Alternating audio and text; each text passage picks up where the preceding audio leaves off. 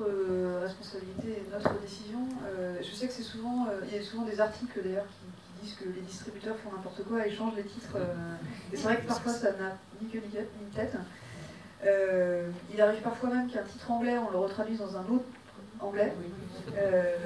Je parlais de Brooklyn Village tout à l'heure, en fait le film en anglais il s'appelle Little Man.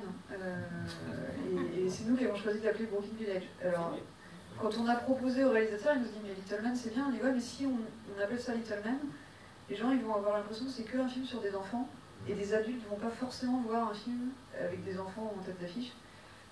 Brooklyn ça faisait un peu plus branché, ça faisait un peu plus New York, et le côté village donnait un sentiment de communauté. Donc, voilà. Il a accepté, parce qu'il a son droit de veto là-dessus. Et en ce qui concerne Les Conquérantes, donc oui, Divine Order, c'est la traduction même du titre suisse qui était dit Göttliche Ordnung. On ne voulait pas enfermer le truc dans une référence qui faisait du coup un peu religieuse. On avait envie de jouer justement sur ce côté un peu comédie à l'anglaise.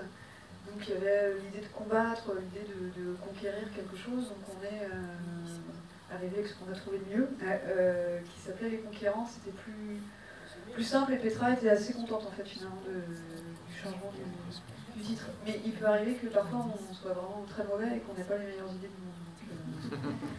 De toute façon, l'ordre divin, en Suisse, ça posait pas de problème. Ça s'appelle l'ordre divin. Non, pour eux c'était pas. Le film a vraiment super bien fonctionné en Suisse. Des deux côtés, côté romane et alémanique. Et eux, non, c'était assez évident en fait pour eux de conserver ce titre-là.